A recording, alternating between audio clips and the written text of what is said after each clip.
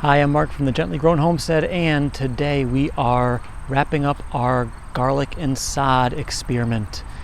And we'll go over the results and share what happened. There are a few different factors to talk about and what's ahead now. That is all coming right up.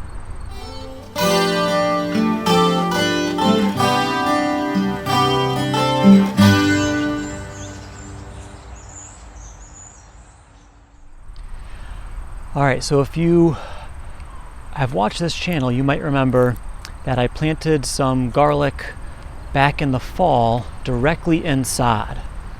And you can watch that video if you want now, if you missed it or want to watch it again. Basically what I did was I just opened up the sod with a shovel.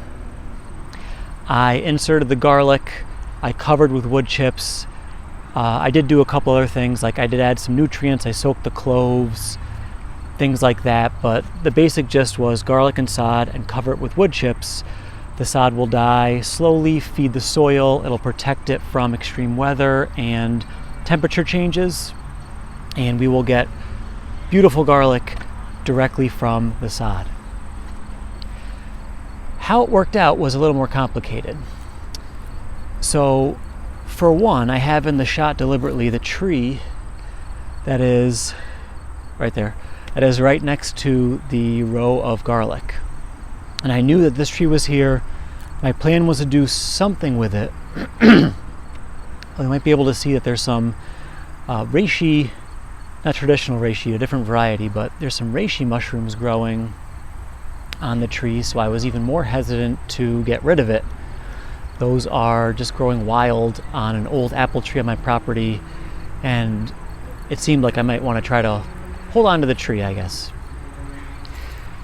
The tree gives off shade through most of the morning. The morning sun is very important, more important than the afternoon sun.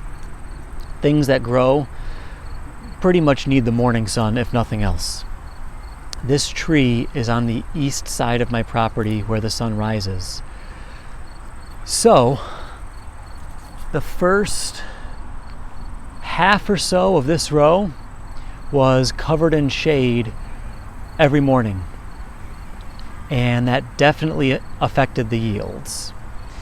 What I got from the parts that were shaded closer to me, closer where the tree was shading them, were bulbs like this, which is not nothing. We still grew garlic and sod. That was the goal. That's what we were doing. It worked. But that shade definitely did not help. And I know it was the shade and not other things, because the part of this row farther in back that got full sun in the morning, we got bulbs like this. That is more of what you want to see when you are growing and harvesting garlic. There's, I don't know, a good amount of cloves in there for sure. This is a nice sized bulb, especially for the way we did this, right? We didn't add a ton of fertilizers, amendments. We didn't really do anything. We just let it sit there. I barely touched this until harvest. Something else that I should have done is add more mulch. I did add another round of mulch towards the end of winter, I think. I added some more mulch on top to make sure it was covered. With the Ruth Stout Method, you have to make sure you are consistently adding mulch, because it does break down. If you just leave it here, the mulch breaks down and then there's no protective barrier for your crops, in this case the garlic. There's no extra retention of moisture, which was really important for us this season, and you lose those benefits. And then there's nothing on top to help make the other wood chips break down, to feed the soil. You really need to add mulch. It is the one thing you have to do with the Ruth Stout Method, and I really didn't do a good job of that. I did it before my main season started, back at the end of the winter, maybe beginning of the spring, and then I did again late. I say late for garlic. So you harvest garlic around here usually around the beginning of July, and I mulch sometime in June because I finally realized I had to do it. So one of the issues that I ran into was just that. I didn't mulch, which means there wasn't extra moisture retained. And also when the wood chips break down, it makes moisture. That process adds moisture to your soil, your wood chips, your plants. All right, I got my helper back. So, and she's gone. We've had a drought this year, all season, very little rainfall, a lot of rain expected. Anyone in the area might know if you're paying attention. There was a lot of rain that was predicted at different points and then just crossed off the forecast. So several times I thought, okay, it's going to get some rain, some moisture, it'll do fine, let me work on one of the other million things. And just the rain never came. It finally did this last week, but we harvested garlic weeks ago. And they did dry out a little bit before harvest too. It seems like that was fine, again, because I did end up with bulbs anyway, nice bulbs, where it got morning sun. My guess is that if I had mulched more, I would be seeing, I'd be seeing for sure less weeds. That's the other thing that the mulch does, it keeps down weeds. And I have some sod, some grass, some other stuff poking up through the mulch. Garlic doesn't like competing, but again, it seemed to do very well. You want to say hi? Say hi to everyone. They haven't seen you in a long time. Going forward, what I decided to do, since I was just getting these small little bulbs from about half the row, I didn't think it was worth harvesting them all. I harvested a few ones that looked healthier. When the stalk looks, bigger and healthier, a lot of the times that translates to the bigger bulbs that you want.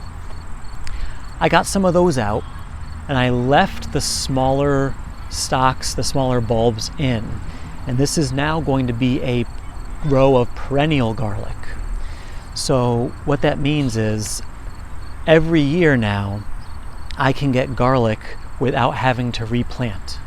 So the way perennial garlic works is you leave the bulbs in the ground. You just let the stalks, if you can see some of these going back, some of the stalks, they are dried and dead. The bulb is still very much alive and doing well in the ground. In the springtime, you get green garlic that you can harvest, and a flower will shoot up. If not next year, year 2, year 3, comes up with it something called a bulbous, which is basically a clove of garlic that you can harvest above the ground. It tastes like garlic, it looks like a garlic clove, and that will come up every year without you having to plant anything. This is more the type of thing that I'm doing in the front yard with the fruit guild, and I'll do another video on that still. But because of how this year went with the garlic, I'm going to keep this here. It's a good border crop. It repels pests, the smell of garlic. It is good to have, especially on the borders of your property or garden. So we're going to do that. We are going to keep this a perennial bed. In summary, planting garlic and sod was super easy. Really great results considering the limited amount of effort. I took, an hour or so, maybe 2 in the fall to plant this. I added mulch a couple times. I should have added more mulch 1 or 2 more times probably, which was still, very minimal effort. Even if I did that, almost no extra labor for this row. We did get very good bulbs where it got sun. We got some not as good bulbs where there wasn't as much sun. And now I'm going to use these to plant these cloves. I'm going to break open and plant this fall for the rest of this row. This is a half of a half. This is a 25-foot row. I'm going to turn into a 50-foot row as a border crop. And then I'll plant some cloves in front, which I'm doing a lot of perennials, like all the fruit in front, along with some garlic. I'll do the same way, perennial garlic that will keep coming up year after year after year.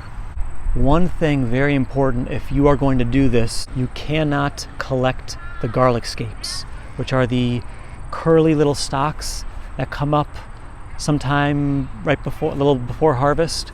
That curly little stem turns into the flower. Don't forget to like and subscribe so you don't miss any new videos from the Gently Grown Homestead. Thanks, be well and grow.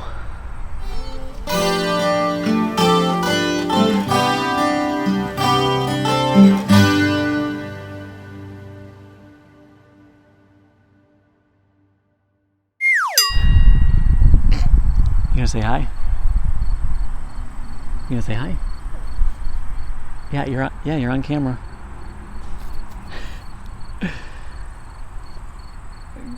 Careful. Do you want to sit with me again? Okay. Oh, let's just let go of that. Let go of that, please. Get your feet up. Okay. Yep.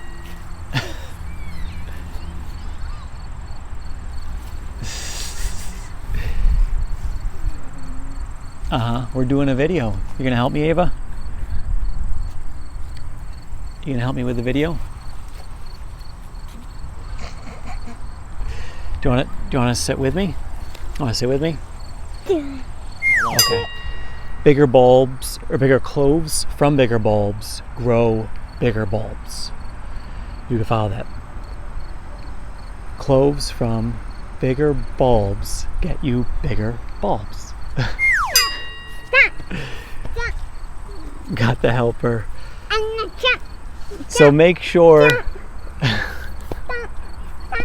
I can't do this if you're stomping, Ava.